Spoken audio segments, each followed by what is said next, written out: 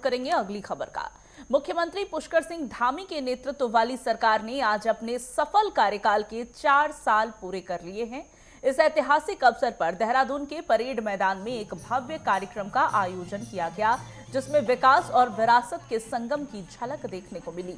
समारोह में कैबिनेट मंत्रियों, भाजपा पदाधिकारियों और हजारों कार्यकर्ताओं की गरिमामय उपस्थिति रही। मुख्यमंत्री धामी ने इस दौरान सरकार के विजन को साझा करते हुए कहा कि पिछले 4 सालों में उत्तराखंड ने निवेश, बुनियादी ढांचे और पर्यटन में अभूतपूर्व प्रगति की है। उनके कार्यकाल को यूसीसी लागू करने, सख्त धर्मांतरण कानून और देश का सबसे कड़ा नकल विरोधी कानून बनाने जैसे साहसिक निर्णयों के लिए याद किया जाएगा। परेड मैदान में मौजूद जनसमूह को संबोधित करते हुए नेताओं ने इन 4 वर्षों को सेवा, सुशासन और जन कल्याण का प्रतीक बताया, जिसने राज्य को राष्ट्रीय पटल पर नई ऊंचाइयों तक पहुंचाया है।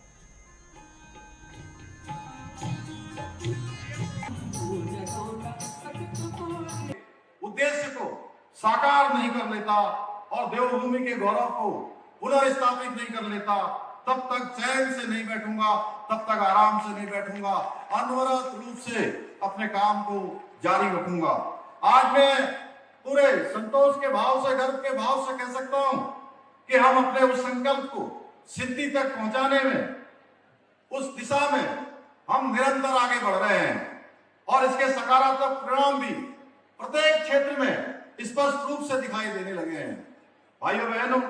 जब मुझे पहली बार वर्ष 2021 में राज्य की सेवा का अवसर मिला था,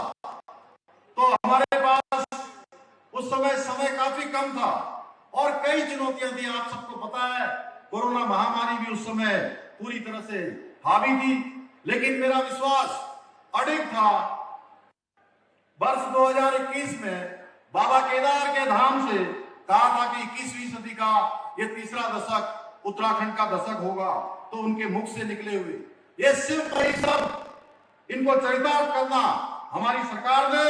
अपना प्रयास करने लगे। और 2,54,000 से ज्यादा महिलाओं को लखपति बनाने का बात हो, उनकी बात हो, महिला आरक्षण हो, आंदोलनकारियों का आरक्षण हो, खिलाड़ियों के लिए आरक्षण हो, और इसके साथ साथ नौजवानों को चाहे 28,000 नौकरियां देने का प्रश्न हो, चाहे 20,000 एमएसएमई के माध्यम से नौजवानों को उद्यमी के रूप में स्थापित करना हो, चाहे 2,000 से ज्यादा स्टार्टअप के माध्यम से हमारे नौजवानों को सशक्त करने का हो, चाहे 3.5 लाख करोड़ के एमओयू पे 1.5 लाख करोड़ की ग्राउंडिंग का प्रश्न हो, चाहे सोलर एनर्जी के माध्यम से नौजवानों को सशक्त करने का प्रश्न हो,